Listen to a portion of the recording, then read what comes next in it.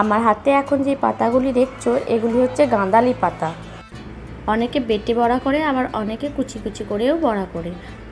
আমি কুচি কুচি করে কেটে নিয়ে তারপর এর মধ্যে একটা লঙ্কাকে কুচি কুচি করে কেটে দিয়ে দেব।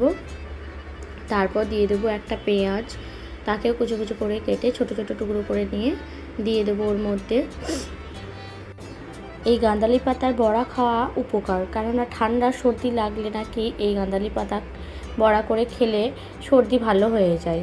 যাই হোক, চলো পেঁয়াজটা কুচি কুচি করে কাটা হয়ে গেছে। এরপর যদিও আমি এই প্রথমবার বানাচ্ছি, জানি না কেমন হবে, চলো এর মধ্যে দিয়ে দিলাম বেসন, হলুদ গুঁড়ো, একটু নুন দিয়ে ভালো করে মেখে নিচ্ছি।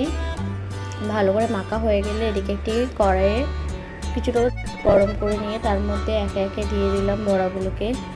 উল্টো পাল্টা করে ভালো করে সেঁকে নিতে হবে। লাল লাল করে সেঁকে সেঁকে তুলে নিচ্ছি। তৈরি হয়ে গেল গাঁদালি পাতা বড়া।